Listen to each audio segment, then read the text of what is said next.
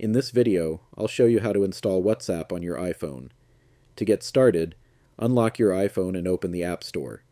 Once the App Store opens, tap Search at the bottom right corner of the screen. Now tap the search bar at the top. Type WhatsApp, then tap Search on your keyboard.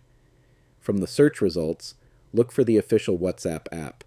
Make sure you choose WhatsApp Messenger with the green WhatsApp logo. Once you find it, tap Get.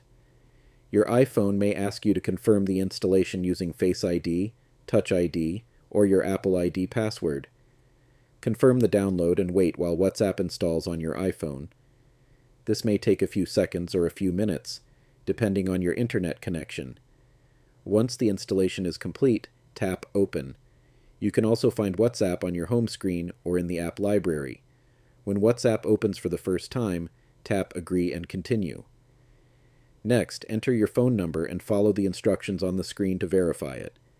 WhatsApp will send you a verification code by SMS or call. Enter the code when asked. After verification, you can set up your profile by adding your name and, if you want, a profile photo. WhatsApp may also ask for permissions such as contacts, notifications, microphone, camera, or photos.